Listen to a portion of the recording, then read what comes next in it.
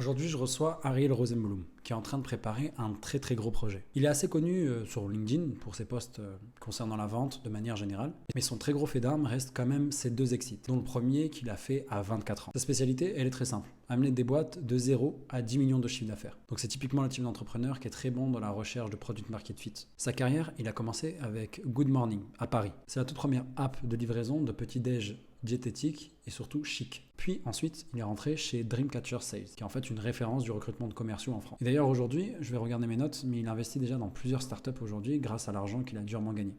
Notamment dans Flexi Living, Refair, Gaia ou encore Glinsable. Je sais pas si je le dis bien. Et en parallèle de tout ça, bien sûr, il fait du conseil en entreprise où il aide de manière générale sur la stratégie commerciale. Et le plus important, c'est son nouveau projet qu'il va lancer récemment. Bon, on va pas en parler pendant le podcast, mais voilà, j'ai des bruits de couloir qui me disent que ça va être quelque chose d'assez gros. Bref, au programme de ce podcast, on va voir plusieurs choses. La première, c'est comment convaincre un prospect que tu as la bonne solution en découvrant son réel besoin. Comment ne plus mendier de clients grâce au call cold. Comment faire en sorte que tes prospects se vendent de eux-mêmes lors de tes entretiens de vente. Donc si tu n'as pas le temps de regarder cette vidéo, tu la mets à regarder plus tard sur YouTube. Utilise cette fonctionnalité, moi j'utilise beaucoup, elle est vraiment bien. Ou mets ça dans tes oreilles, va à la salle de sport, fais à manger, je sais pas quand tu vas écouter ça. D'ailleurs, dis-moi dans les commentaires comment tu as écouté tout simplement ce podcast. Et du coup, on peut commencer. Je te souhaite une excellente écoute et on se dit à très vite. 80% des maladies cardiovasculaires Les chats, ça permet de guérir 80% des maladies grâce cardiovasculaires. au rendement. Ouais, je l'ai appris hier. C'est un truc de fou. Tu sais quoi, il y a une étude qui a été faite, c'est pourquoi ils ronronnent. Parce qu'apparemment, genre la vibration, ça les fait recovery beaucoup plus vite. Des chutes et tout ça. Mais bien sûr, c'est une évidence. La vibration. Einstein l'a dit, tout est vibration. C'est vrai en plus, hein. C'est vrai. C'est vrai. C'est la théorie des cordes. Il a commencé à toucher du doigt vers la fin de sa carrière là-dessus. D'ailleurs, dans Oppenheimer, regarde-le. Ils se rencontrent à un moment. Ça fait, on dirait une rencontre entre deux demi-dieux, tu sais. Ouais, C'est j'adore. la scène est incroyable. Donc je te conseille de regarder ça. Bon, du coup, Ariel, super content de t'avoir dans le podcast, accompagné de ce très joli chat gris. Et Il s'appelle Django. comment d'ailleurs? Django. Django. Comme, Like comme le Chain. film, du coup. T'es un fan de Tarantino? Exactement. Exactement. Parce qu'en fait, il a un sacré tempérament. Il sait exactement ce qu'il veut. Il est assez têtu. Apparemment, on dit. Parce que j'allais te lancer là-dessus, c'est tant mieux, tu prends la main. Ouais, Mais je écoute, savais que t'allais m'envoyer là-dessus. Du coup, genre, j'ai pris la main. J'ai dit, c'est bon. Allez. parfait. Et vite un peu. Bam, hop, j'ai esquivé. Celle-là, c'est bon, elle passe. Mais écoute, super content de t'avoir dans Plaisir ce podcast partagé. pour le coup. Écoute, aujourd'hui, on va parler, je pense, de ton sujet de prédilection, qui est la vente, de manière générale. On va essayer de répondre à une question. On parle pas de boxe alors, c'est sûr. Non, pas aujourd'hui. Mais si tu veux, on pourra faire une vidéo comme le ring, tu sais, mais en vrai box, là, pour le coup, on va Ah, sur un mais ring. trop chaud. Mais me chauffe.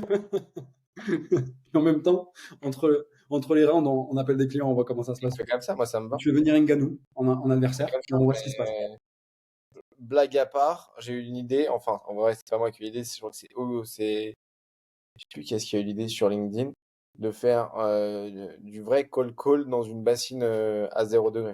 Ah non, mais vas-y, oui. Je veux Je dire vois que vos les calls, ils vidéos. vont être vite, ils vont être rapides, straight to the point. Franchement, je vois vos vidéos. Ouah. Ça, avec le truc de piment, c'était chaud. J'ai vu ça, c'était incroyable. C'est marrant, ouais. C'est un très bon ancrage, ça te permet de te rappeler comment on plie une objection. Franchement, pour le coup, c'est vrai. C'est vrai. En tout cas, moi, j'ai kiffé ce concept. Continue là-dessus, franchement, c'est super bien. Donc, du coup, on revient sur le sujet. On va parler de ton domaine, je pense, de prédilection qui est la vente aujourd'hui. Et je pense qu'on va essayer de parler d'un sujet que je pense beaucoup de personnes se répondent, c'est comment gérer du coup une vente de A à Z. Et pour ça, j'ai une question pour commencer ce podcast qui est toute simple, c'est est-ce que d'après toi, Ariel, une vente est déjà faite avant que tu rencontres ton prospect pour lui vendre ton produit? Je pense que c'est une très bonne question et c'est ce qui fait la différence entre un bon et un moins bon sales. Ce que j'appelle moi le soft selling, c'est-à-dire toute la préparation en amont qui va te permettre d'être le plus performant possible sur un entretien de vente. D'ailleurs, ça marche également sur les entretiens d'embauche. Voilà, c'est à peu près pareil. Et c'est tout justement la préparation que tu vas devoir faire sur à qui j'ai affaire, quel est son rôle dans la boîte, quel est son quotidien dans la boîte, quels sont ses besoins dans la boîte, comment fonctionne son écosystème, quels sont les ROI qu'il va aller chercher. Enfin, commencer justement à imaginer plusieurs besoins sur lesquels tu peux potentiellement te positionner et ensuite justement voir quels sont les compliance, donc les, comment tu peux répondre à ces problématiques avec justement avec ta solution. Donc je dirais pas que la vente est déjà faite avant d'y aller, puisque si justement je dois faire le parallèle avec un combat de boxe, tu peux te préparer autant que tu veux avec ton coach et sur un punching ball. Quoi qu'il arrive, quand tu rentres sur le ring, tu as l'adrénaline, Ouais. 50 000 éléments que tu ne peux pas gérer, que tu ne peux pas savoir gérer avant le moment J.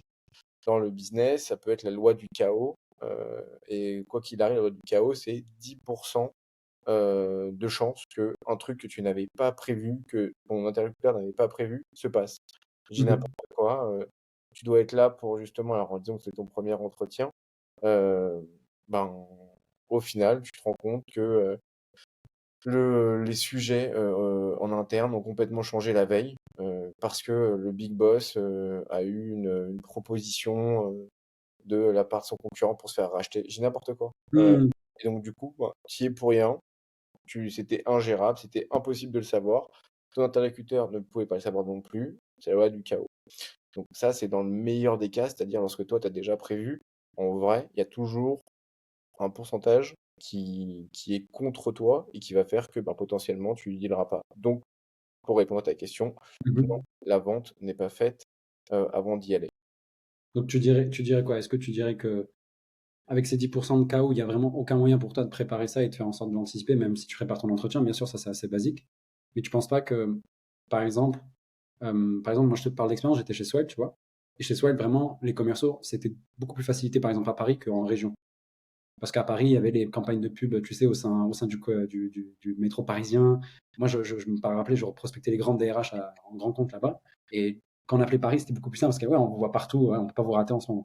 Donc, je pense pas qu'une vente, une prise de rendez-vous, même tout le process de vente, il peut pas être facilité, par exemple, par l'awareness de la boîte dans son écosystème ou tout simplement par son branding, etc. Enfin, ce que les gens pensent direct, tu Donc déjà là, dans ce que tu me parles, pour moi, on n'est même plus sur du sales, on est sur du market. C'est-à-dire vois. qu'en Ok. 80%, Ça, 90% du travail a été fait par des campagnes offline qui ont été justement faites sur une région en particulier.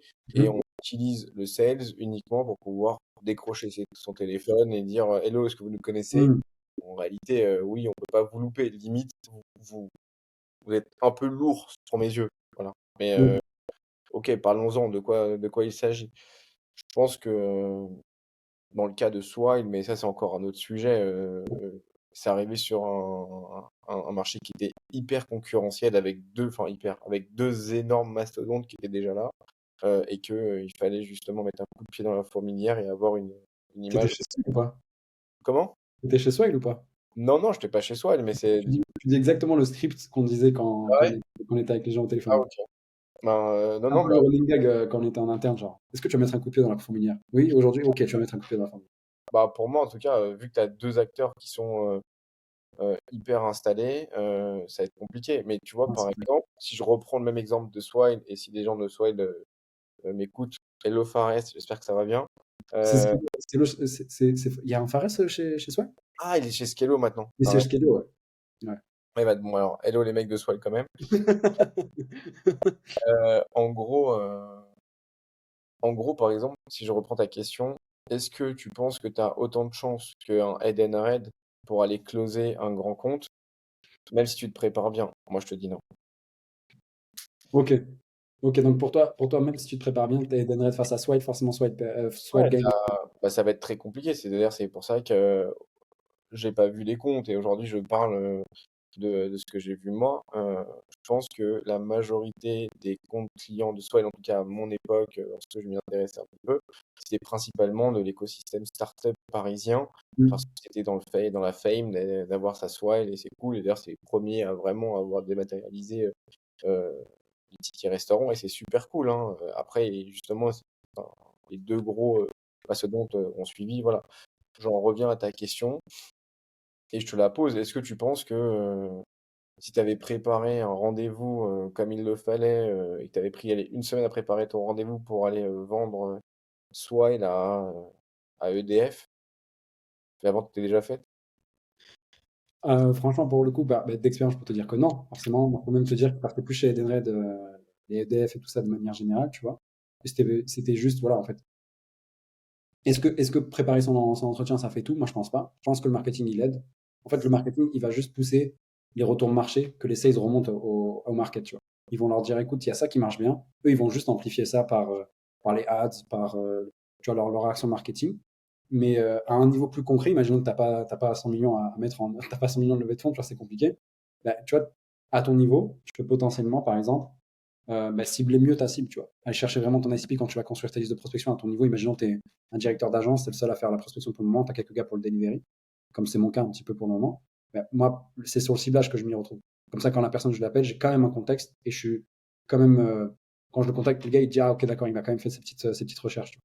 Ah, désolé, je coupe rapidement le podcast parce que j'ai complètement zappé de te dire quelque chose. Si tu as un business de service B2B et que tu trouves que ce qu'on est en train de discuter c'est un peu flou pour toi ou tout simplement tu veux aller un peu plus en profondeur, reste avec moi. Sinon, tu peux continuer le podcast. Je t'ai préparé une formation gratuite de 10 heures de contenu qui en fait retrace toute mon expérience dans la vente. Dans cette formation, en fait, j'ai essayé de répondre à une question simple, comment trouver tes 100 prochain client. Bah, tu vas te dire, bon ok, le mec il fait sa pub, mais j'en ai un petit peu rien à faire. Et tu as bien raison. Je te dis juste une seule chose. Imaginons que tu aies accès au cerveau d'une personne qui a fait plus de 100 000 call calls, 100 000 appels à froid dans toute sa carrière. Et grâce à ces rendez-vous, il a pris plus de 5000 rendez-vous qualifiés en direct avec des clients à froid. En plus de tout ça, il a réussi à signer plus de 7 millions de chiffres d'affaires dans toute sa carrière. Et bien sûr, il a aidé des boîtes qui se lançaient dans des nouveaux marchés ou tout simplement se lançaient tout court à réussir à faire de 0 à 100 000 euros de chiffre d'affaires en moins de 1 an. Et cette personne, elle te partage gratuitement l'entièreté de son expérience qu'elle a vécue depuis plus de 7 ans de vente dans une formation qui est détaillée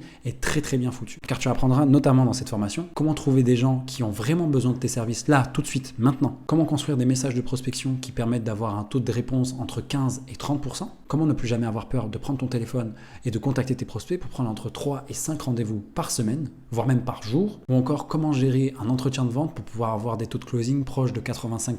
Tu penses pas que ça mérite 30 secondes de ton temps pour aller en description et récupérer cette formation gratuite? Moi je dis ça, je dis rien. Dans tous les cas, je te laisse pour la suite du podcast.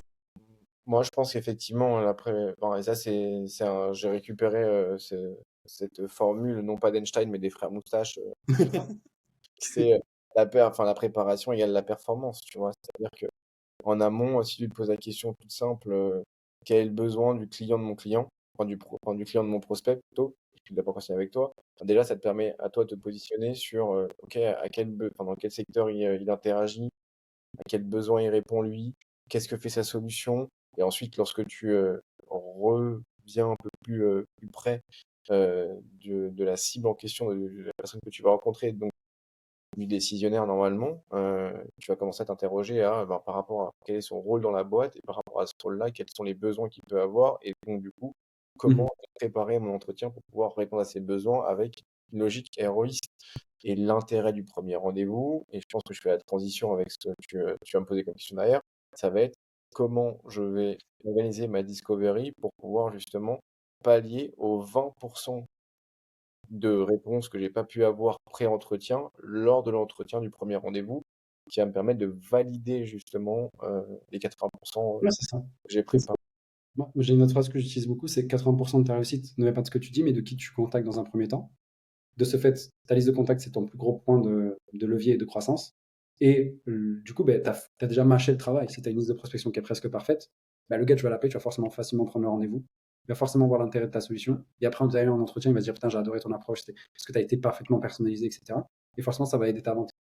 Je pense que c'est même plus de la vente, je pense que ça, enfin oui, ça reste dans la vente, mais je pense que ça, on est entre la politesse, l'intérêt que tu portes à ton prospect et la préparation. En gros, la préparation commerciale. Je m'explique.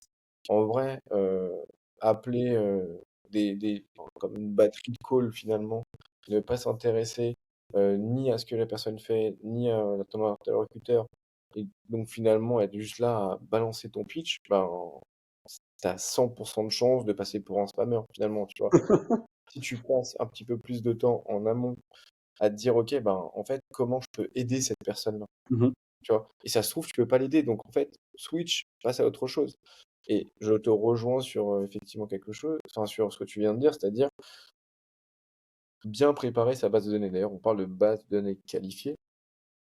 Parler à un bon décisionnaire qui a un besoin qualifié et assez intense pour déclencher un acte d'achat. Donc, et tout l'intérêt va être là. Donc, différents, différentes étapes dans la prospection Et je pense que la première étape, c'est préparer une bonne base de données qualifiée, Mhm. justement, doit être elle-même basée sur ce qui a marché précédemment au niveau des cibles. Par exemple, ça sert à quoi d'appeler, différents types de boîtes lorsque tu sais que, c'est le type, enfin que tu ça marche essentiellement avec des PME, tu vois? Ça sert à quoi d'appeler différents décisionnaires alors que tu sais que ton interlocuteur privilégié, en tout cas celui chez qui ton discours résonne le plus, ou en tout cas ta solution répond le plus à un besoin qui est clairement identifié, ce sont, je sais pas, les directeurs marketing. À quoi ça sert d'appeler des secteurs que tu ne connais pas lorsque tu as vérifié et validé que c'est sur tel ou tel secteur qu'il y avait un besoin qui était le plus intense? Bah, en fait, tu modélises, tu dupliques. Enfin, pour moi, c'est quelque chose qui est censé et sur lequel tu vas permettre de gagner du temps. Donc, Mhm. potentiellement, au début, tu vas tester justement ben, différents tailles de boîte, différents interlocuteurs, différents, différents rôles, tu vois, dans la boîte, euh, différents secteurs également, mais pas au hasard, en te mettant à la place de à quel besoin je réponds, d'accord? Mhm. Qui qui pourrait m'acheter ma solution? Et j'irai même plus loin. Dans ton pitch ou dans ton approche, est-ce que moi, je, comment je réagirais si j'appelle la personne et j'ai ce type d'échange avec lui? Est-ce que je serais plutôt enclin à lui parler ou au contraire, est-ce que je serais sur la défensive et je baisse, quoi, tu vois? Mhm. C'est important de se mettre à la place de la personne qu'on va contacter, je pense. De fou furieux. En vrai, c'est tout bête. Si t'es pas sûr de leur régler leurs problèmes, ne les appelle pas en fait. Tu vas pas les déranger quoi. Ben, à part si tu veux être une solution à la recherche d'une problématique, mais ça peut Ah être non, oui, c'est vrai qu'il y a il y a ce cas de figure que j'ai oublié. T'es en recherche de marché, t'essaies de voir en fait s'il y a quelque chose, et là t'appelles un peu dans le vide, mais t'es honnête là-dessus en général dans l'appel quoi. Dans l'appel ben, en prospect. fait, tu rien à vendre, c'est ce que j'appelle de l'AZ testing, c'est-à-dire, Mhm. en fait, tu viens juste vérifier et valider que ta réflexion préalable est bonne ou mauvaise. Mhm. Genre, est-ce que Taslim a besoin d'avoir des solutions qui lui permettent de pouvoir identifier rapidement quels sont ses interlocuteurs pour ses clients et de pouvoir extraire une base de données juste sur un modèle grâce à de l'IA, ce qui lui permettrait de pouvoir gagner du temps sur une base de données qualifiée par rapport à des personnes qui sont, par rapport à un modèle, pardon, qui a été préalablement validé sur X% de KPI, n'importe quoi, donc d'indicateurs qui sont similaires, avec 99% de chances d'avoir donc du coup des personnes qui sont clairement qui auront clairement des besoins miroirs par rapport à ta cible, à ton ICP. Mhm. Ben, je sais à quel besoin je vais répondre. Donc, du coup, je suis même pas là à dire bonjour, je m'appelle Ariel Rosenblum et je suis là pour vous. Est-ce que vous connaissez l'IA? Est-ce que vous avez besoin de base de données? Non. Genre, je viens juste vérifier au préalable ma réflexion et je suis pas dans la peau d'un vendeur, je suis dans la peau d'un chercheur, d'un aventurier, d'une personne qui vient justement essayer d'identifier quels sont les meilleurs chemins pour pouvoir arriver à Rome. Ouais, franchement pour le coup je peux être que d'accord avec toi. Et c'est d'ailleurs en fait ben, quand tu y penses la structure d'un appel de prospection à froid, quand tu appelles quelqu'un, en général tu passes par une petite phase de qualification, c'est bien vous la personne en charge de ce problème que j'essaie de régler par exemple. Une fois que ça c'est validé, tu vas présenter le problème que tu résous. Tu vas lui dire, ça vous dit quelque chose ou je suis à côté de la plaque. En général, bon, tu sais très bien que tu n'es pas à côté de la plaque. Cette personne-là va te dire, oui, c'est vrai que c'est, voilà, elle va parler de ses problèmes, nanana. Et à partir de ce moment-là, tu peux lui présenter ta solution et elle agit comme une évidence, je trouve. Quand tu prends cette formule-là, C'est à ce moment-là, effectivement. Ouais, je rajouterais même un dernier truc, mais tu vois, sur un appel à froid, mon objectif, il va pas être là. Mon objectif va être vraiment de checker deux, trois informations que j'ai pas validées au préalable. Il y a trois types d'informations. Est-ce que c'est le bon décisionnaire? Est-ce qu'il a le bon besoin? Est-ce que son besoin est assez intense pour déclencher l'acte d'achat? Je reviens toujours sur cet algorithme, finalement, cette fonction. Euh, finalement, c'est que dernière variable que je n'ai pas. La seule inconnue que j'ai pas, c'est quelle est l'intensité du besoin pour cette personne-là. Tu vois. mhm, Et donc, mon intérêt, c'est juste de vérifier effectivement que c'est bon décisionnaire. Et un décisionnaire aussi, faut qu'on soit clair, c'est quoi un décisionnaire? Pour moi, un décisionnaire, c'est pas une personne qui a un poste où il y a marqué si et O à la fin, tu vois. mhm, Pour moi, un décisionnaire, c'est une personne qui a la capacité de pouvoir signer un chèque, c'est-à-dire qui gère un PNL, qui gère un budget, sur lequel justement elle va pouvoir allouer un budget à la solution. Et pourquoi elle allouerait un budget à la solution? Parce que tu vas lui permettre de gagner du temps, de l'énergie ou de l'argent. Et Mm. l'énergie et de la sérénité. C'est-à-dire, bon, bah, voilà, je sais que cette solution nous permet de faire ça. Je sais que lorsque je prends les solutions d'Ariel Rosenblum pour pouvoir justement faire des bases de données qualifiées, pour reprendre le même exemple que tout à l'heure, ben, je vais pas tomber sur des faux numéros. Donc du coup, je suis beaucoup plus serein lorsque Mm. je sais que je vais m'appeler des personnes qui ont cette problématique. Du coup, je vais rentrer dans un discours d'expert. Et c'est plus le même mindset, c'est beaucoup plus serein. Ok. Non, franchement, pour le coup, c'est plutôt vrai. Et du coup, tu aurais des petites questions pour dire bah, comment tu rentres dans l'appel en général quand tu fais un appel à froid. Ça, je pense, ça pourrait être super activable pour certaines personnes. C'est quoi les phrases que tu rentres quand tu rentres dans un appel à personne que tu l'as jamais contacté?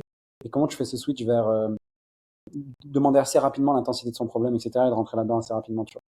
Ce serait quoi les trois quatre questions que tu poserais? L'icebreaker déjà que je fais, c'est que je l'appelle pas par hasard. En fait, je vous appelle parce que vous êtes le 20e personne, 20e CMO, je dis n'importe quoi, de ce secteur-là que j'appelle pour vérifier la pertinence de ça. Donc, je vous appelle pas par hasard, je sais pourquoi je vous appelle. Hmm. Alors, je viens de finir un call avec telle personne de telle boîte.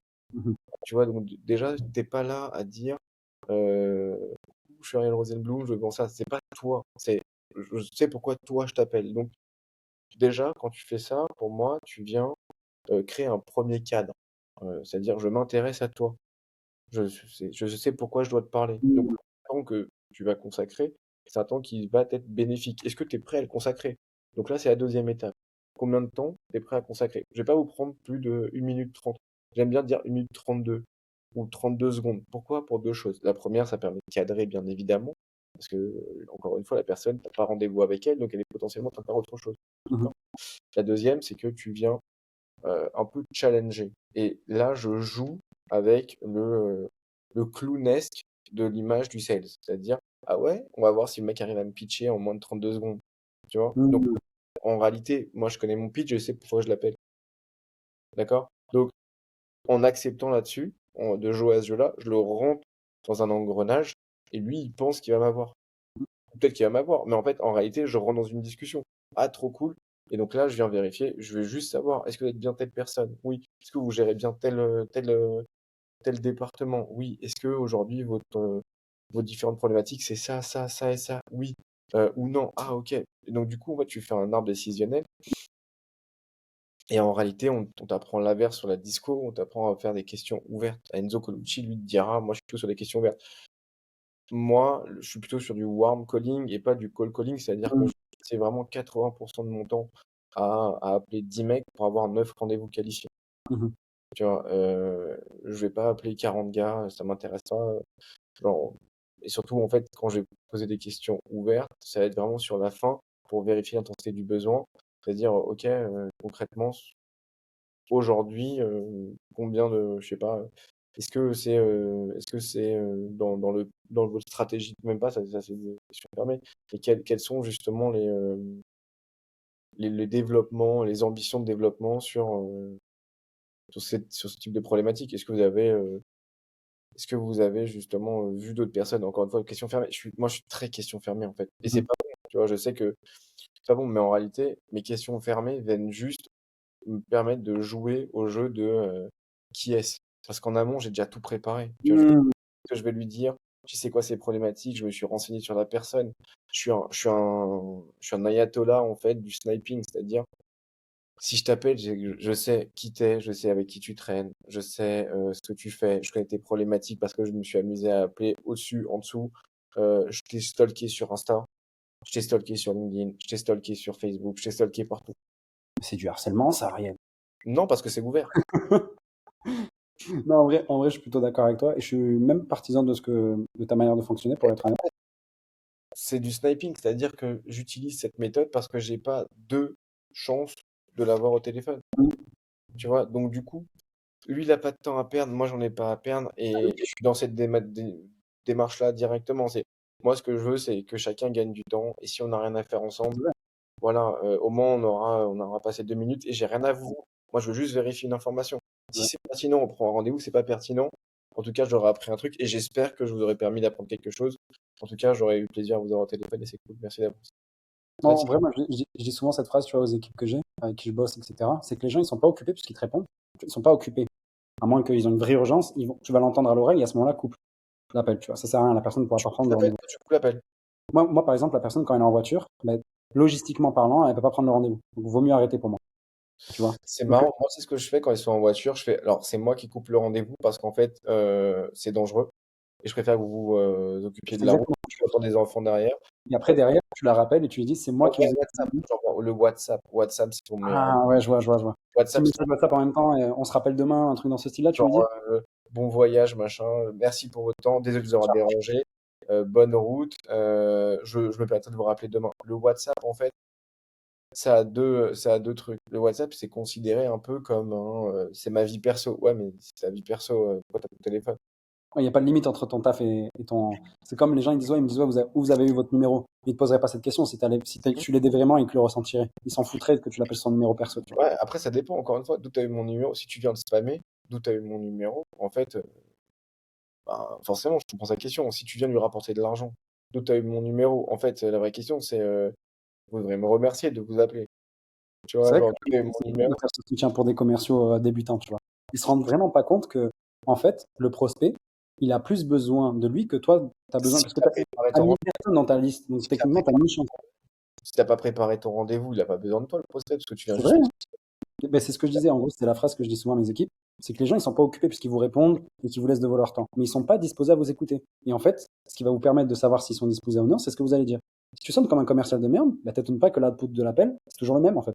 Hmm. Donc, sonne comme un gars sympa, un mec qui veut l'aider, un mec qui veut faire en sorte que ce soit intéressant pour lui et que tu t'es vraiment renseigné sur lui. Bah, tu verras, l'output, il risque de changer, c'est sûr et certain même. Tu vois. Ouais, ouais, et tu vois, je vois de plus en plus, moi, justement, des SDR ou des BDR, donc des gens qui font de la prospection, avoir un premier call. Dans leur premier call, ils ont justement cet icebreaking en mode je veux pas vous mentir, c'est un call de prospection, est-ce Ouais. que vous pouvez continuer? Ça va durer 1 minute 30. Et en fait, c'est très intelligent de faire ça. Ça me Plus rappelle, tu- non. ça me rappelle les gens qui viennent te C'est voir. risqué de fou, mais si tu le sens bien dans ton ton de voix, c'est létal. Ça marche trop bien. Genre. Ouais, mais ouais, et dans tous les cas, en fait, tu viens jouer sur un truc qui est la politesse, encore une fois. En France, tu viens jouer sur la politesse. Tu vois, donc, il y a peu de chances que on me dise non. Ça me rappelle un peu, je me rappelle quand j'étais au lycée et qu'il y avait des gars qui venaient de taxer des clopes et qui disaient ouais, je t'achète une clope à 1 euro. Tu dis vas-y, t'es un C'est des crevard. pièces. Putain, qu'est-ce que je les hais. Ils T'es ramènent un avec sa vieille crevard. pièce là. Mais en fait, t'es à côté de tes potes. Si tu files pas une clope, tu te dis Ouais, ouais, t'es un vieux gars, genre. genre mec, t'es sérieux, genre. Et le mec il te dit genre en fait je te la paye. Donc en fait, t'es pris entre Ouais, le. c'est vrai, hein. C'est Et vrai, donc c'est c'est vrai. hyper smart. Et là c'est pareil. C'est exactement le même, la même process. C'est-à-dire, je vais pas vous mentir, c'est un call de prospection et je vous appelle parce que vous êtes le 20e directeur commercial que j'appelle dans votre secteur pour voir, enfin, pour répondre à ce besoin-là. Hmm. Est-ce que ça vous intéresse ou pas? Est-ce qu'on peut prendre 1 minute ou pas? Mon intérêt, c'est juste ça. Et si ça a un intérêt, on prendra un rendez-vous qualifié. S'il n'y en a pas, c'est pas grave. Genre, Hmm, hmm. Non, franchement, moi je te dis, pour être honnête, c'est super. C'est vraiment, je pense qu'un truc qu'il faut prendre beaucoup plus, c'est l'honnêteté dès le début d'appel. Et au pire, bah, la personne ne voulait vraiment pas te parler. Tu vois. Et en plus de ça, tu peux quand même relancer la personne, tu vois, une semaine plus tard, avec une autre approche, au cas où tu vois, t'as raté ton appel. Parce qu'en fait, tu lui as tellement rien dit sur toi qu'en fait, elle pourra pas te remettre la semaine d'après. Ça, c'est un peu plus tricky. Mais d'où relancer. le WhatsApp. Moi, je te dis, Ouais. le WhatsApp, moi, genre, je suis dans le recrutement, je sais que, genre, toutes mes équipes, je leur disais, les gars, genre, WhatsApp. WhatsApp et vocal. Les vocaux, genre. Parce que, en fait, c'est le même principe cérébral que le calendrier de l'avent. Tu achètes un calendrier de l'avent parce qu'en fait, tu as le côté surprise. Qu'est-ce que je vais avoir demain? Et donc, tu es tout excité d'ouvrir et de voir que tu as un Kinder, tu as un compte, tu whatever. Voilà. Euh, c'est exactement le même mécanisme, tu vois. Donc, t'envoies un vocal, qui sait, qu'est-ce qu'il veut me dire? Et si en plus tu rajoutes un petit truc en dessous, mais ça dépend quel niveau en fait de proximité tu as avec la personne, si c'est le premier call ou pas. Mon premier call, je le ferai pas, mais si tu vois que tu as eu déjà différents échanges en mode, tu vois, un petit message en mode, je pense que je peux te faire gagner plus de 10 000 € avec ce message. Ou je crois que j'ai trouvé une solution pour toi. Ou j'ai eu l'idée du siècle. C'est un truc Hmm. précisé, tu vois, genre en mode. Mais par contre, faut pas que ton message il soit déconnant. Faut qu'il soit vraiment associé et en lien justement avec avec ce que tu vas dire. Donc tu L'intérêt, commençais par un message WhatsApp en premier, toujours? par mail ou par WhatsApp. Ouais, mais WhatsApp, j'aime bien. Parce que Ok. tu sais, quand est-ce qu'il ouvre, tu l'as en live, tu peux le repoker. Et en plus, les gars, en fait, tu vois, une fois que tu vois. Tu vois, moi, ça m'est déjà arrivé de faire ça. C'était marrant. J'envoie un premier message, le mec répond pas. J'envoie un deuxième message, il répond pas. Je fais, je te vois avec, tu sais, avec les yeux, machin. Tu peux des smileys aussi, tu vois. Je te vois. Tu vois, et donc le mec dit, ah ouais, je suis où? Et donc tu commences à rentrer dans le Ouais, truc. ouais, je vois, je vois, je vois. En fait, Genre, moi, on fait ça en vrai. ouais, mais et en fait, quand je dis business is a game, c'est ça, en fait. C'est-à-dire que si tu fais comme tout le monde avec ton script qui est fait et tu as le même timbre de voix, dire tout le temps la même chose, enfin, en fait, personne ne t'écouter, en fait. C'est Hmm. monotone, il n'y a pas de ronronnement, il n'y a pas de, tu vois, on parlait des chats tout à l'heure, Ouais, c'est vrai, c'est vrai. mais C'est c'est vrai, vrai. hein. Genre, honnêtement, je sais pas, enfin, Non, je suis plutôt d'accord avec toi. Non, faut créer de l'animation, tu vois. je suis d'accord Faut, avec toi. tu vois, le mec au téléphone, encore une fois, faut se rappeler que dans 90% de la tête des gens, en tout cas en France, un commercial, c'est un clown. Hmm. Donc en fait, joue au clown. Ouais, c'est vrai, Et même. genre, ah ouais, il faut avoir du bagou, ah ouais, il rentre pas, s'il rentre pas par la porte, il rentre par la cheminée, assez machin. Pouah. Joue avec ça. Mais en vrai, on peut dire ce qu'on veut. C'est ancré dans les mentalités. Non, bien sûr, c'est Il vrai. y a C'est une vrai. image du sales, et c'est notre faute, hein. Encore une fois, c'est notre faute. C'est-à-dire que, genre, pendant des années, il y a eu des commerciaux qui ont fait des bourrins, comme le spamming. Allez, viens, on prend une base de 100 000 adresses mail, on balance du message. Oh, on a Hmm. 2% d'ouverture. Eh, c'est bien. Il y a 98% de personnes qui va plus te le blairer, mec. C'est vrai, hein. C'est vrai. Après, ils s'étonnent, ouais, on peut plus envoyer de mail, Google va bloquer machin. Ça... C'est même pas par rapport à Google, c'est que enfin, l'image que tu as, c'est Non, je comprends totalement. C'est aujourd'hui dommage, avec. hein, alors que c'est un... Franchement, si tu veux te lancer, bah, c'est déjà la première compétence que tu dois faire, en fait, que tu dois apprendre, en fait, si tu veux être entrepreneur ou même lancer ton truc, etc. Vendre, c'est trop important, même si c'est dev. Tu vois, genre même si t'as Meilleur un... dev. Moi, je te dis, là, actuellement, sur ma nouvelle solution, le CTO avec qui je suis en train de parler, Bon, ah ouais. oh là là, En général, tu les vois, hein. il Tu fait les des vends. anti-ventes, il me fait des anti-ventes. Je suis comme ça, je suis, oh là là, il m'a cloqué. Oh là. Hmm. Non, mais Ah, c'est le meilleur. C'est moi, le meilleur. je te dis ça, c'est pour toi, hein. T'es pas obligé. Tu sais quoi, ne le prends pas. Je fais, mais j'y connais rien en dev, moi. Non, mais, tu sais quoi? Ne le prends pas, on verra plus tard. Tu auras de la dette technologique. Dette technologique. Ok, on prend. Ah, Horrible. Tu sais, le mec horrible, tu sais. Des technologies qui t'a sorti deux mots que tu comprends très bien, mais tu connais l'impact derrière. Tu vois, c'est qui va avoir. exactement. C'est comme gagner de l'argent. Dette Hmm. technologique. Genre, moi, ce que je veux, je sais que la tech, c'est quelque chose qui est hyper important. Je sais que c'est hyper. Enfin, si tu prends pas les bonnes personnes dès le début, tu le payes enfin, tu le payes beaucoup plus cher plus tard. Dette technologique. Tu sais, ça me fait penser un peu aux assurances. Tu sais, les assurances quand elles viennent te payer, tu vois, elles viennent te voir pour ton un truc. Ouais, mais aujourd'hui, il vous arrive rien. Je touche du bois, hein. C'est horrible. C'est vrai que ça marche bien. Tu sais, on va le dire, c'est vrai que ça marche bien. Pour l'avoir utilisé, des fois, c'est. Ouais, je touche une fois. Ouais, franchement, c'est pas bien. Mais c'est pas. En fait, c'est pas que c'est pas bien. C'est que dans un sens, tu vois aussi, on sent que. En fait, c'est simple. Aussi un peu la vente, on va pas se mentir que dans le fond, c'est aussi aider la décision. Donc toi, Bah, tu as une là, solution, c'est sûr. là, le problème, tu l'as confirmé. Voilà, moi je trouve ça, c'est là, ça peut t'aider, j'ai des bons records. C'est toi qui Mais, vois maintenant, tu vois. Et en vrai, c'est le client qui doit le prendre. mais on revient à la même problématique. Si tu as bien préparé ton entretien, bah, même tu as de l'assurance dans le B2B, t'appelles, je sais pas, j'ai n'importe quoi. Je vais te raconter une histoire. Genre, j'avais rencontré un mec un jour qui vendait justement des assurances, ça me fait penser à ça, c'est pour ça que je te raconte l'histoire. Il vendait des assurances, et lui, il vendait des assurances pour assurer les CEO contre les prud'hommes. Hmm. Quand tu avais des prud'hommes, genre il venait justement activer cette assurance-là, et donc tout était pris en charge. Et donc, du coup, tu as deux solutions pour le faire. Et je pense que c'est pas très loin de Swine. La première solution, c'est, tu dis, je dois appeler des CEO de boîtes qui ont minimum 1 ou 2 ans, ouais, on va dire 2 ans d'ancienneté parce qu'il y a les premiers employés, machin.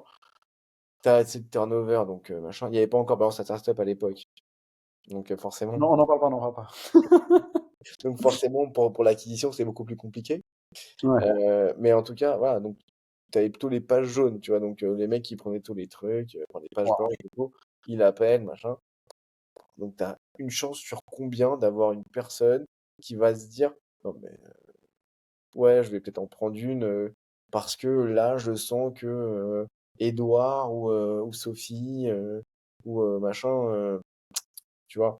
Hmm. Mais généralement, quand tu as un prud'homme, c'est déjà trop tard. Donc en fait, ce qu'il faisait, c'est qu'il allait tous les jours au tribunal, photographier en fait les gars qui venaient d'avoir leur procès, parce qu'en fait, c'est des données qui sont publiques et c'est publié tous les jours. Donc il les prenait en photo, il les retrouvait justement dans les boîtes directement bah, sur l'annuaire, donc il avait déjà identifié, donc c'est la pré-qualif finalement, et il les appelait en les disant Hello Taslim, je vous appelle pour savoir si vous avez besoin d'avoir une assurance pour vous justement, pour prévenir les prud'hommes et vous assurer, si vous avez un prud'homme, ça prend toutes les charges, machin. Ah bah ça tombe bien, parce que justement, je viens d'avoir un prud'homme, c'est n'importe quoi. Ah ben, ça tombe bien, effectivement. Alors le problème, c'est que moi, j'assure pas lorsque le prud'homme est déjà passé. Par contre, généralement, un prud'homme, ça arrive jamais seul. Donc, ce que je vous préconise, c'est justement de prendre une assurance pour les prochains. Hmm. 90% de transfert. Wow. Pourquoi? Monsieur Parce qu'en Chop, fait, il est tout chaud, il est tout chaud. parce que, bien sûr, le bon décisionnaire qui a un besoin assez intense pour déclencher un acte d'achat. Ok. Ok. Toujours pareil. Et c'est les trois métriques qui permettent de pouvoir justement t'assurer que tu es dans le bon. Ben, écoute, on peut déjà résumer cette première partie, donc déjà prise de rendez-vous. Donc en gros, déjà, assure-toi de contacter des gens qui ont besoin de toi vraiment, c'est-à-dire des gens qui ont une intention d'achat forte, qui en plus de ça, c'est le décisionnaire, donc là le budget pour te payer, et en plus de ça, ben, il a la capacité que tu peux le contacter facilement. Donc ça, Et c'est du un peu coup, un besoin qui est assez intense pour déclencher un acte d'achat. Et encore une exact. fois, trois types de besoins, gain ou économie de temps, d'énergie ou d'argent. Parfait. Donc ça, c'est bon, c'est fait, tu as créé ta liste, elle est prête. Maintenant, tu pars et tu vas commencer à appeler les personnes. Donc tu commences par une petite phase de contexte. En général, tu essaies de présenter pourquoi tu le contactes, parce qu'après tout, tu sais à qui tu es. Ouais, moi j'aime bien vous êtes la 20e personne, la 3e personne, la 15e. En fait, t'es quelqu'un. Hmm. Tu vois ce que je veux dire? La différence entre bonjour Taslim, Valériane Rosenblum, et je vous présente blablabla. Blablabla. Hmm. Bonjour Taslim, vous êtes bien directeur commercial sur telle boîte? Ouais. Vous êtes bien X personnes? Ouais. Vous êtes bien dans tel secteur? Ouais. Hmm. Ok. Alors, vous êtes la 5e personne que j'appelle qui est là-dessus, et moi, je suis spécialisé là-dessus. En fait, je suis spécialisé sur les directeurs commerciaux dans tel secteur, Hmm. dans telle de boîte. Donc déjà, en fait, tu parles à un expert. Hmm. Et je te parle de toi. Après ta qualification faite, c'est bon, le problème, tu as juste à lui dire, écoute, moi je règle ce problème-là, je sais que tu l'as. Maintenant, voilà la Faut limite solution. différer. Genre, est-ce que vous avez 1 minute 30? Bam. Donc, encore une fois, donc, ice breaking. Deuxième étape, je te mets un cadre dans le temps, d'accord? Et je t'explique c'est quoi mon objectif à la fin. S'il y a un Mhm. intérêt, on prend un rendez-vous qualifié. J'ai dit s'il y a un intérêt. Et quand tu Mhm. répètes le s'il y a un intérêt, tu viens, un, le réassurer, et tu commences à changer, en fait, le commercial vendeur en client acheteur. C'est-à-dire, Mhm. potentiellement, c'est moi qui te dirais qu'il n'y a pas d'intérêt. Ouais, grave. Donc, en gros, t'es sur un échange. Par contre, lorsque tu rentres sur cette dynamique-là, le danger, c'est si justement tu te comportes comme un commercial. Mhm. C'est vrai, Tu hein. vois? Et c'est là que ton ton de voix, il fait tout. C'est parce que si tu as un ton de voix qui, voilà, qui monte dans les. Tu sais, en fin de voix, en fin de ça, je sais pas si tu as remarqué, mais tous les commerciaux un peu au début, ils ont un ton de voix vers la fin des phrases qui montent. Ça, c'est une Moi, je indication très. remarqué, mais je ferai attention. Ok? Par exemple, oui, bonjour, vous êtes bien masseux? Tu sais, ça monte à la fin. Alors que Ouais, si tu dis oui, bonjour, Ariel, ouais. ça descend sur la fin. C'est un Ah peu ouais, plus. Je vais être sûr, tu vois. ouais, Ariel, après, il y a le ton de voix. Et ouais. il y a aussi. C'est vrai ce que tu dis. Ouais, Parce que quand tu regardes bien, tu sais, il y a le gros bullshit qui est arrivé dans les années 90, tu sais, du truc, ouais, le paraverbal, c'est tout, machin, truc, bidule. Et moi, personnellement, j'ai jamais vu quelqu'un de stressé qui, quand il parlait, on ressentait pas qu'il était pas stressé. Tu comprends l'idée ou pas? ouais, mais en Genre, plus, et tu sais quoi, on revient exactement à ce qu'on disait tout à l'heure. Tout est vibration, c'est-à-dire, et hum, je pense c'est que vrai, c'est hein? décuplé dans le téléphone, puisque le téléphone, c'est que des ondes. Hum, Donc en réalité, la personne, elle ne te voit pas, donc elle t'imagine. Et elle t'imagine comment? Par le son de ta voix. C'est vrai, mais tu sais que ça, j'ai des anecdotes sur des anecdotes là-dessus. Moi, j'ai commencé chez soi, j'avais 18 ans, tu vois. 18 ans et 3 mois exactement. Et je forçais ma voix à être un peu. De ce fait, ma voix est devenue beaucoup plus grave à Donc cause t'as de ça. mué, t'as Mais slim, non, il a en fait, mué chez si tu veux, soi. j'avais déjà une voix plutôt grave. Non, j'avais une voix déjà plutôt grave, tu vois. Pardon, j'étais un verbe. Je suis arrivé. Mais c'est quoi, regarde, va voir mon LinkedIn, va voir mon LinkedIn, ma photo de profil, je vais peut-être la changer. J'avais 19 ans, tu vois, à cette époque-là, donc tu peux voir déjà, j'avais beaucoup moins de barbe, etc. J'avais les cheveux plaqués. Et, et, et en gros, dans l'idée, C'était un euh, italien, c'était ta slim italien. en gros, c'était ça en fait. Et je t'avoue qu'il y a des gens, je me rappelle, il y avait des DRH et tout, etc.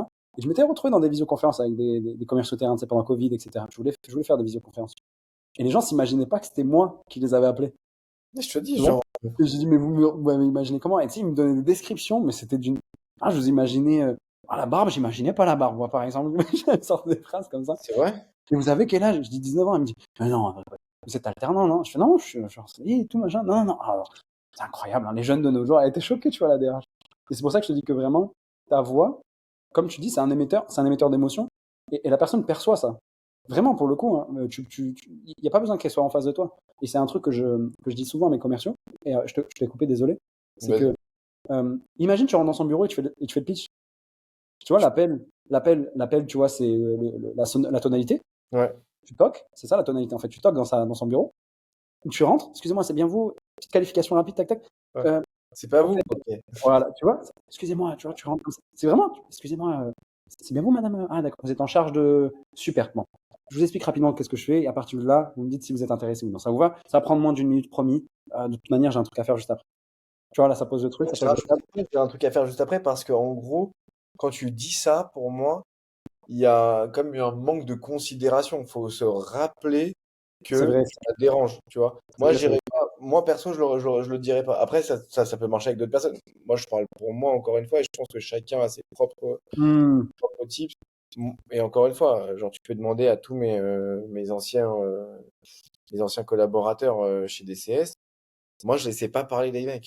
Et je prenais des rendez-vous, hein, mais je laissais pas parler les mecs. Genre, t'es bien, Taslim? Ouais, tu fais bien ça? Ok, très bien.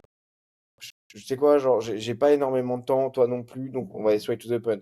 Clairement, t'as ça comme problème. C'est bien ça? Oui. Moi, ce que je sais faire, c'est ça. J'ai déjà 3 mecs à te présenter, tel jour, telle date, et j'ai pas 50 000 créneaux à te proposer. T'es go, t'es pas go. hmm, Et donc, du coup, en fait, c'est déjà organisé. Donc, t'es pas là à lui faire perdre du temps, t'es là à lui en faire gagner. hmm. Tu vois, et c'est ça En qui est. fait, t'es juste une étape entre lui et gagner plus de temps. Entre genre sa situation initiale où il perd du temps et le moment où il va en gagner. Et en fait, il faut qu'il prenne rendez-vous pour que ça aille plus vite, quoi. Moi, je suis son vecteur, effectivement, qui lui permet de pouvoir gagner du temps. Mhm. Et si il comprend pas ça, c'est que t'as pas été bon. Ouais, c'est Et que vrai, hein. t'es dans en fait, je te fais perdre du temps à t'expliquer ma life, quoi. C'est vrai. Moi, je suis d'accord 1000 fois avec toi là-dessus. Moi, pour tous les commerciaux, s'ils regardent ce podcast, ce qu'ils se demandent, etc., ou même des gens qui vont se lancer, ils se rendent pas compte à quel point ils peuvent avoir une emprise sur une personne qui est vraiment bien plus haut placée que. Tu vois, moi, enfin, j'ai des tas d'anecdotes là-dessus, mais tu sais, je vais pas prendre moi tout le temps. Mais je connais des gars qui ont pas l'air, qui prenaient des rendez-vous avec des CEO de très très très grands groupes, parce que justement, ils avaient cette logique en tête de j'ai une solution pour ce gars-là. Alors bien sûr, hein, t'appelles Elon Musk, il lui faut une sacrée solution et il faut régler un sacré problème, tu vois. Et Mais je veux dire, en je- France, ouais. sur des cibles un peu plus intermédiaires, ça se passe très bien. Et c'est 90% des business là aujourd'hui. Mais je vais te dire un truc. En fait, c'est marrant que je parle d'Elon Musk. Alors, je vais pas dire que j'ai collé Elon Musk. Franchement, Non, franchement, c'est marrant, pas je parle d'Elon Musk. je Et, m'attendais à cette anecdote. come on. Please, I just wanted to show you a friend of mine. Tu tournes le PC, tu vois le Elon. Avec son gros tarpiche, il arrive et là, non, ouais. Putain de merde. Mais non, mais en gros, pour te la faire courte, en gros, j'avais appelé une fois, j'avais prospecté un gars aux US et j'avais demandé limite le CEO, mais d'une très bonne startup, tu vois. C'était un ancien Français qui s'était fait racheter par une boîte ricaine et il était aux US. Et je l'appelle, donc j'appelle l'accueil, hein. Les mecs me disent, ok, je vous mets en relation. Je fais, what? Et donc le gars, je le téléphone et je dis, mais juste avant de commencer, un truc que j'ai pas compris, c'était l'accueil que j'ai eu en bas, c'était pas votre assistante, je sais pas quoi, non, c'est bien l'accueil. Je fais, elle vous a passé directement, elle fait, ouais. Je fais, mais comment ça se fait que ça marche pas en France? Ben, elle me fait, aux US, en fait, si tu m'appelles, c'est que t'es là pour m'aider à résoudre un problème, en fait. T'es là, enfin, sinon tu me ferais pas perdre du temps, Ouais. tu vois? Je Je fais, devais bah, éviter justement, ça. justement, time is money. Et Je voulais vous parler de quelque chose qui pourrait être intéressant pour vous. j'étais là, Moi, j'ai fait un petit bout de temps hein, aux États-Unis. Je fais 2-3 mois, tu vois, aux États-Unis en 2019, il me semble. Et j'ai travaillé vite fait dans le business de la distillerie. Haram, on dit rien. ouais, Rien. ouais, on est de quoi? En Non, gros, t'inquiète pas, maman. Oh, j'étais dans la distillerie, je vendais genre des crédits en gros. La plus-value que je vendais, c'est que tu sais, là-bas, c'est le pays du bourbon, du whisky, ouais, etc. Et surtout dans la région où j'étais dans le Kentucky, donc le pays du KFC, le Kentucky Fried ah ouais, Chicken. ah ouais, Donc un peu à la hard, et moi dans ma tête, mais en fait, avec ma tête, etc., avec mes cheveux plaqués d'italien, c'était sûr que ça n'allait ouais, pas passer. Et ça se passe plutôt bien, en fait, même beaucoup plus, c'était même bien plus large que mes expériences. En fait, en 3 semaines, rapidement, avec des rendez-vous sur rendez-vous sur rendez-vous, j'ai fini avec l'un des plus gros de la région. Donc, c'est une des plus grosses distilleries de la région. Et le gars, je me retrouve avec lui, tu vois, j'ai à peine 18 ans, 18 ans et demi, presque 19 ans. J'ai en face de moi un des plus gros CEO dans le monde de l'alcool de manière générale. En desssus de lui, c'est Jack Daniel, tu ah vois. ouais, Et enfin, son concurrent principal, c'est Jack Daniel. Il essaie de le taper depuis des années, il n'y arrive pas. Et j'arrive et je parle avec lui d'un crédit hyper spécial. Et le gars, il comprend que je ne comprends rien. Parce que ça, faut le savoir que moi, à ce moment-là, je comprends pas. Il parlait de collatéral, machin. Tu sais, c'est très nouveau. Je commence à apprendre l'anglais aussi. Et le gars, il me regarde et tout, machin. Il dit, ouais, il me dit, il voit que je galère à lui expliquer et tout. Il me dit, vas-y, passe le contrat.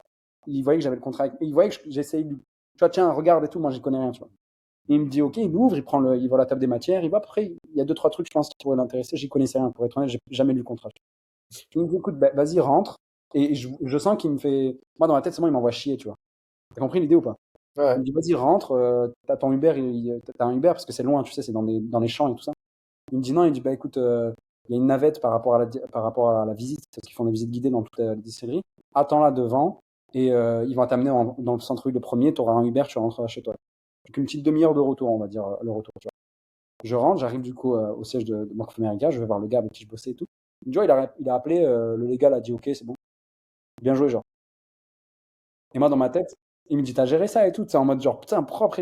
Je sais pas ce que tu lui as dit, mais il était chaud. Et moi, je suis, ouais, ouais, genre, ouais, de ouf, tu vois, j'ai la, géré, tu la vois. clause numéro 4, 422, elle a été dure à faire passer, mais Je suis sorti du bureau, je suis redescendu, je dis, mais vas-y, c'est quoi ce pays? Genre, j'ai dit, mais c'est n'importe quoi dans ma tête. Il allait jamais me donner l'heure, genre.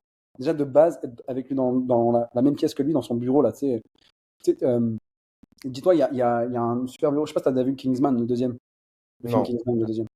Genre, à un moment, ils sont au Texas et tout, et tu sais, les bureaux, tu sais, avec le bois massif et tout, là, tu vois le Ouais, style je un peu? vois.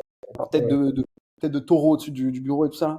Tu as ouais, intimidant de fou. J'étais en t-shirt, tu vois, j'étais même pas en costume ni quoi que ce soit. Moi, dans ma tête, je m'attendais pas à ça, je connaissais rien. Et le gars, quand même, hein, il a pris le contrat, il a ah, envoyé au légal. Le légal, ils lui ont dit c'est carré pour nous, et il l'a rappelé, du coup, parce que c'était son conseiller. En fait, ça aussi, ça m'a aidé, tu vois. J'ai aussi contacté des gens qui avaient le besoin. Et aussi, au-delà de ça, bah, j'avais un relationnel, je venais de la part d'eux. Je comprends pas. ok, Et ouais. je lui disais que j'étais stagiaire, etc. Le Ah, gars m'ouvrait la porte, quoi. mais tiens, genre, les mises en relation, il n'y a rien de plus fort, hein. Non, franchement, pour être honnête, il y a une différence, mais il faut pas, pour y être allé et avoir vécu là-bas, faut pas non plus fantasmer trop, tu vois. Parce que tout le monde te dit c'est amazing, amazing. Quand tu as un produit de merde et que tu essaies de le vendre et que tout le monde te dit c'est amazing, c'est très compliqué de te dire à un moment, vas-y, faut piloter. Euh, c'est les meilleures écoles de vente. Ah, D'ailleurs, les on yeux, voit, non, pas forcément les US, tu vois. Je pense que le porte-à-porte, à l'époque, c'était les meilleures écoles de vente. Je c'est vrai, pense hein. qu'aujourd'hui, les mecs en B2C qui arrivent à te faire signer un don à AIDS ou n'importe quelle association dans la rue, alors que tout le monde veut les éviter. À Paname, j'ai jamais vu un mec qui dit excusez-moi, c'est bien un don pour. J'ai jamais vu ça de ma life. C'est vrai, c'est vrai. Donc, C'est quoi tes meilleures approches des mecs qui sont parlés par rapport au don? Moi, c'est, hé, t'as fait tomber jamais eu un mec qui m'a. elle met le doigt devant mon visage, genre j'arrive vers elle, et au à environ 2-3 mètres, elle met le doigt devant mon visage comme ça, là. Elle fait, et avec sa tête, elle descend, elle fait, t'as fait tomber une minute. Et moi, comme un con, bah, tu descends. Magnifique. Et tu te retrouves devant elle, et bah, du coup, t'as avancé pour l'instant. Et là, tu te retrouves devant elle, bah écoute, je te raconte ce que j'ai à dire, à partir de là, tu me dis si t'es intéressé ou non. Elle m'a tué, genre. C'est Voilà, je me suis arrêté, j'ai fait que t'es trop forte. Rien que pour ça, je m'arrête. Rien que pour ça, je m'arrête, on continue. exceptionnel. Eh, t'as fait tomber une minute, c'est exceptionnel comme. Faire propre, hein. J'adore. Elle s'appelait J'adore. Naïma, je me rappelle encore aujourd'hui. Pour te dire à quel point elle m'avait choqué. Genre vraiment, Il y a des tueurs, mais je pense que c'est un métier où tu dois tout sauf te prendre au sérieux. c'est vrai. Non, c'est vrai, hein. Je pense que t'as tellement tout le monde. Regarde maintenant, dans la rue, tout le monde est sur son téléphone. Je sais même pas comment on avance. Moi, je dis on parce que, genre, honnêtement, je me mets dedans quand je suis à Paris, 2B. Mais moi, genre, enfin bon. Mais je sais, enfin, je pense que faut être encore plus fou, tu vois. En fait, faut être encore meilleur, tu vois, pour pouvoir trouver justement des icebreakers et en plus faire sourire et en plus prendre du temps pour justement derrière dire ok, t'as réussi à m'interloquer. C'est ça le mieux. T'as plié le game. Dès qu'elle t'a pris, c'est fini. Je pense qu'il doit y avoir 80% de chances pour que tu signes. Ouais. Bon, je l'ai pas fait, j'avais pas de sous, j'étais étudiant.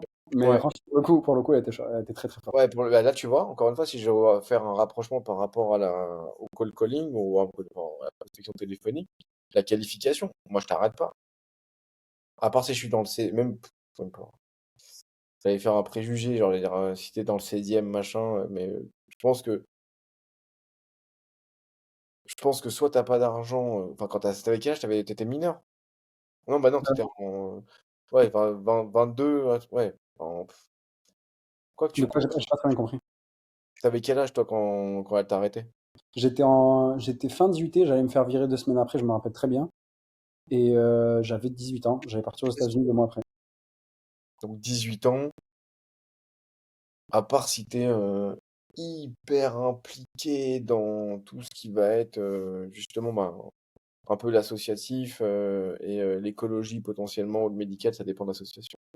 Euh, et généralement, si t'es hyper impliqué, t'as déjà à droite à gauche des trucs et tu te dis bah désolé mais je donne déjà à ça, ça, ça. Sinon, pour aller choper quelqu'un qui a 18 ans, ça veut dire que tu tapes dans ses économies, ça veut dire qu'il faut que la personne se dise en fait, je suis prêt à pas aller en boîte et à filer mon argent de poche à un tiers. Et si la personne fait ça à 18 ans, Moi, je je pense gagnais que bien ma vie à 18 ans, en tu vrai, ouais, j'aurais pu payer un peu. Je faisais de l'achat-revente de vintage, de trucs. t'allais pas dire ça. T'allais pas dire ça. Non, mais pour Je le coup, je faisais j'avais de l'import-export. non, parce qu'en fait, je vais t'expliquer, pour être honnête, moi, la seule association à laquelle je donne, non, j'ai il va partir dans un truc, c'est l'association au profit de la famille Yazidi, donc ma famille, Ouais. et c'est faire en sorte que tout le monde va bien dans ma famille. Après, on verra là-dessus sur le reste. Non, je rigole. Ouais, non, C'est mais le cas horrible, je sais. en vrai, après, on dévie le sujet, genre, mais c'est entendable. C'est Non, entendable. après, non, bien sûr, bien sûr. Après, je donne énormément parce que c'est déjà dans tu l'as bien compris, à ma figure et à mon attirail physique, je suis musulman, donc nous, on doit donner, tu vois. Donc ça, c'est déjà une bonne chose, tu vois. Et franchement, entre moi et toi, moi, il y a toujours un budget, dont dans dans mes budgets du mois. Et en gros, c'est soit si j'ai pas l'argent, ben, je donne de mon temps, en fait. Il faut toujours. Moi, je pense ben, quand on parlait d'énergie et tout ça, tu vois, on sort du sujet carrément de vente. Et je pense que genre, en fait, ça revient un peu, ça va peut-être même résumer, en fait, je pense, le podcast, tu vois. C'est qu'en fait, aide vraiment les gens. Et genre, vraiment, ça reviendra vers toi. C'est bonne, t'as raison, c'est une très bonne Alors conclusion. Je juste, pense en que fait, si comment être bon, pour répondre à la question de base, désolé, je te coupe. ouais. Comment être bon, vraiment bon en vente Le pour mec, il 2020. fait un mono-podcast. Réel. Juste des sourires, frérot, mais on t'a demandé de pas parler, s'il te plaît. Ouais, Je te laisse la tête. ouais, vas-y, t'es lancé, je t'ai coupé. Vas-y, Et dis-moi. du coup, comme je disais, genre pour répondre à la question de base, tu vois un peu, comment être bon en vente en 2024? En vrai, c'est super simple, tu vois. Juste aide les gens. Genre vraiment. Mais sois authentique. Moi, je dirais sois authentique. Ouais, mais tu peux. En fait, si t'aides vraiment les gens, tu ne peux pas être autrement qu'authentique. Tu peux pas mentir, genre. Ouais. Mais c'est là où. Mais après, on va rentrer dans les travers, mais c'est là où tu vois. En fait, t'as les bons sales et les très bons sales. Pour moi, les bons Le bon sales. chasseur et le très bon. Comme t'as les bons sales qui vont penser argent, mais ça sent. C'est-à-dire qu'ils vont faire une très bonne qualif, des très bons arguments, des trop machin. Mais est-ce que le client va rester fidèle, en tout cas à la personne? Pas sûr. Hmm. Il va rester C'est fidèle vrai. à l'entreprise, tu vois. Et je pense que les sales authentiques qui ont des méthodes, des techniques et qui s'intéressent à la personne en face, aussi bien aux besoins d'un côté pro et progressivement sur le perso en trouvant la bonne limite parce que c'est pas ton copain. sur, ok, tu vois, par exemple, l'exemple qu'on a tout à l'heure, sur juste la personne est en train de conduire, je pense que je fais la diff, tu vois. Le Hmm. gars qui dit, j'arrête tout de suite la conversation, en fait, c'est moi qui arrête. Hmm. Parce que là, ça peut être dangereux. Je préfère vous concentrer sur la route et avoir cette discussion avec vous. Vous savez quoi? Face to face ou au téléphone ou en visio dans une semaine, dans un jour, dans 2 jours, mais l'avoir. Donc, je raccroche. Je vous souhaite une bonne route et je vous envoie tout de suite un WhatsApp pour vous donner des disponibilités. Passez une très bonne journée. Au revoir, monsieur. Bam, C'est bam. vrai. Et vraiment, pour le coup, pour ceux qui croient, qui vont écouter peut-être ce podcast et vont dire, ah, c'est quoi ce blabla? Je vous jure que ça marche, mais c'est horrible, Mais mais c'est c'est pas ça, c'est tellement. que je le fais. Mais moi, je le fais à chaque fois. Mais dis-toi que, imagine, tu reçois quelqu'un, en fait, c'est simple, pose-toi la même question. Demain, quelqu'un t'appelle, s'il fait ça, tu vas au moins lire le WhatsApp. Tu vas au moins lire le WhatsApp Le et lui. WhatsApp, et s'il me rappelle, si le mec est organisé, il est smart et que le mec il rappelle en disant alors, pas bien arrivé parce que c'est pas ton pote, mais il te rappelle 2, 3 jours plus tard en disant oui, Ariel Rosenblum, je vous ai au téléphone il y a 2 jours quand vous étiez en train de conduire et je me suis permis de vous envoyer un message parce que je préférais avoir cette discussion aujourd'hui plutôt que jamais, tu vois, genre Moi, t'es le seul gars de sa journée qui a un peu pensé à lui et qui ah, vient et qui dit, écoute, t'étais en galère en train de conduire, c'était les bouchons. Je veux pas te déranger, t'étais peut-être en train d'écouter ta petite vidéo, t'étais en train de je veux parler avec dire, tes enfants. même si je te parle, ça va servir à quoi? Enfin, ça va servir à rien du Ça, tout. logistiquement, tu peux pas prendre le rendez-vous dans tous les cas, tu peux pas le valider. Tu pourras Donc, pas le prendre, tu vas pas être concentré. Enfin, si t'es tout seul, à la rigueur, tu vois, mais s'il y a du monde à côté, machin, c'est délicat, ça embête tout le monde, hmm. il y a aucun intérêt. Mais donc, du coup, je suis d'accord avec toi, pour résumer, je pense que l'authenticité, la préparation et l'authenticité. Parce que si t'es authentique comme ça, mec, autant être, être dans les ordres, quoi, hein. Sois authentique et aide les gens, à l'église, frérot, tu vois, genre, c'est pas le métier de sales, tu vois. C'est vrai. Euh, donc, organisé et authentique. Je pense que c'est effectivement les deux maîtres mots pour être un as de la prospection. Ariel, moi, je pense que on a fait le tour un peu de tout ça. Je pense que les conseils sont très généraux, mais pourtant, en fait, ils sont pleins de bon sens. Et pour aller un peu plus en spécifique, bah, tu mets ChatGPT, voilà, casse-toi la tête. Non, je rigole. Le mec qui dit Oh, ça, non, en qui dit vrai, ça, ChatGPT, bah, en fait, ChatGPT fera jamais le coup à ta place. Et c'est là où non, non, non, il fera pas le call. Mais par contre, tu sais, pour rentrer plus, pour diguer encore plus ces trucs, voilà, mon prospect, il a ce type de problématique. J'ai du mal à observer vraiment, ce serait quoi le bon mot pour dire, tu vois? Moi, j'utilise, effectivement, pour des questions de disco par ouais, rapport à une pré-disco qui est très bien faite, sors-moi un prompt qui pourrait te dire voilà la personne que je vais appeler, dans quel type c'est vrai, ça. d'entreprise, voilà ce qu'elle fait, voilà quels sont ses clients, voilà c'est quoi le secteur, voilà c'est quoi les différents besoins que j'ai identifiés, voilà toutes les informations que j'ai sur la personne. Donne-moi 5 questions de moins de X mots, genre ouvertes pour faire une discovery au premier call. Voilà. Vous savez Permet quoi faire, les auditeurs. peut-être cette information que j'ai pas encore. Vous savez quoi faire maintenant, les auditeurs. Moi, Ariel, j'ai que deux petites questions à te poser, après on pourra terminer. La première, elle est simple. Moi, je pense que, en fait, tous toutes les idées de ce monde, elles ont un début. Il y a quelqu'un qui a pensé, et qui l'a transmis, qui l'a transmis, qui l'a transmis, et qui l'a transmis. Moi, la question que j'ai posée, c'est qui c'est qui t'a formé? Et surtout que si demain tu devais reprendre de zéro vraiment la vente et réapprendre de A à Z, ben, tu irais faire quoi? Ou plutôt, qui est-ce que tu écouterais pour essayer de te former le plus rapidement possible?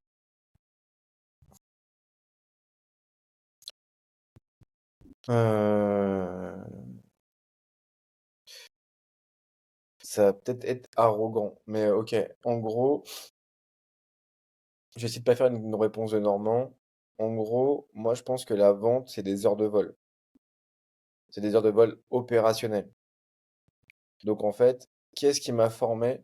Moi-même en écoutant les gens et en remettant en question ce qu'on m'avait dit et en allant effectivement, là je suis d'accord avec toi, chercher auprès de mes pairs, des gens qui avaient plus d'expérience que moi, dans un secteur, dans un domaine, dans un poste en particulier, auprès d'un ICP en particulier, auprès d'un interlocuteur, un type d'interlocuteur en particulier, auprès d'une tech en particulier, auprès d'une offre en particulier, des gens qui sont des experts. Donc des questions qui sont assez pointues sur lesquelles eux, ils ont l'habitude de répondre pour que justement je puisse enrichir mes méthodes à moi et les adapter par rapport à moi, c'est-à-dire que à ma façon de faire. Je pense que beaucoup de sales aujourd'hui se cachent derrière les mails. Tu n'apprendras jamais rien à travers un mail. Je pense que beaucoup de sales ont peur de prospecter et c'est dommage parce que c'est là où tu apprends le plus sur toi et sur l'interlocuteur en face de toi parce que le plus important, c'est l'information, la data. Donc, si j'arrive pas à savoir que c'est bon interlocuteur, qui est bon interlocuteur? En sachant en identifiant qui est bon interlocuteur, je peux mapper un compte. Je peux comprendre qu'est-ce que fait cette personne-là. Donc, du coup, c'est quoi votre rôle à vous? Donc, du coup, vous travaillez avec qui? Donc, du coup, qu'est-ce que vous faites au quotidien? Et donc, du coup, comment ce secteur il fonctionne? Comment? Tu vois, juste ça, c'est hyper important. Donc, je vais répondre à la question. Je pense que tout le monde m'a formé et je me suis formé tout seul. Hmm. Et si c'était à refaire, je ferais exactement la même chose. Ariel, dernière question du coup. Qu'est-ce que tu aimerais, tu aimerais voir en fait dans ce podcast pour que je puisse interroger, que ce soit n'importe quel sujet, ça peut parler de thermodynamique, de théorie de thermodynamique comme de ce vente, comme tu souhaites. Ah, Qui tu putain, penses que je devrais inviter? plutôt dans la. Ok. Bah, le frérot Enzo Colucci, la base, c'est le sang. Euh, Tu pourrais mettre en thermodynamique. Non, mais en vrai, sinon, il y a un mec avec qui j'adore parler, moi, qui s'appelle Emmanuel Parlier, qui est pas connu sur les réseaux, Mhm. et, un Vendéen, et qui est mon internet à moi. C'est-à-dire qu'en fait, tu poses n'importe quelle question sur tout et n'importe quoi. C'est un puits de science, ce gars. Ok. Et donc, du Tu m'as coup, dit, tu peux redire? Emmanuel Emmanuel? Parlier, P-A-R-L-I-E-R, Ok. c'est lui qui avait créé les premières huîtres connectées pour éviter, entre autres, hein. C'est un professeur, un docteur reconnu dans le monde entier sur tout ce qui va être océanographie, notamment. Wow. Et, euh, et donc, il avait créé FlexSense. FlexSense, c'était une huître connectée qui permet de pouvoir identifier les différentes métriques de comment va l'eau et donc comment vont les plantations, les cultures, pardon, d'huîtres. Mais surtout, c'était contre le vol parce que, genre, bizarrement, tu as des huîtres par tonne qui voyagent d'un lot A à un lot B, comme ça, tu sais pas pourquoi. Hmm. Et donc, du coup, et c'est souvent avant les périodes de Noël. Bien sûr, toujours. Ouais. Donc, c'est juste des flux migratoires, mais d'un bassin du voisin, tu vois. Donc, ils avaient créé ça et il s'intéresse à énormément de choses. Et chaque fois que je l'écoute, c'est là où, pour moi, c'est ça, un homme intelligent, c'est une personne qui arrive à t'expliquer de façon très pédagogue quelque chose qui est ultra complexe, des mots très simples et sur lequel toi, tu as envie d'en savoir encore plus. Hmm. Et pour le coup, il arrive à chaque fois. Tu vois, cet après, on a encore parlé des amandiers. Ok. Genre, des amandiers, je savais pas que c'était les US les plus gros, justement. Enfin, le plus gros Producteur. producteur, pardon, ouais, j'allais dire en anglais. Producteur d'amandes, il y avait un mâle pour Watt 1000 arbres femelles pour justement féconder. Enfin, bon, plein de trucs hyper intéressants que vous ne savez pas. Et lui s'intéresse à tout, pas qu'aux océans. Donc voilà, Emmanuel parle. Moi, je l'ai contacté de ta part. Et écoute, Ariel, moi, c'était un plaisir encore une fois. Tu reviens quand tu veux dans le podcast pour parler de quoi que ce soit. Et je pense qu'on s'en refera quelques-uns d'autres. Je pense que ça me fera aussi. Ben, grave, grave, grave. Et nous, on se voit quand tu débarques à Paris. On espère, on espère. Et toi, viens quand tu veux. Ici, il n'y a aucun souci. Avec grand plaisir. Ouais, je vais débarquer de toute façon. Là, il va falloir que j'aille Ouais, là. j'imagine, j'imagine. Et même, on se refera un petit épisode pour aussi que tu parles de ton nouveau projet parce que je sais que tu es en train de préparer quelque chose de grand. Donc, t'hésites surtout pas. On se refera un podcast et ce sera Avec un grand plaisir. plaisir d'être dans le lancement du truc s'il y a un truc avancé. Merci de m'avoir invité, Taslim. Merci Il n'y a beaucoup. aucun souci. Je te souhaite On une se bonne voit soirée. encore. Bisous.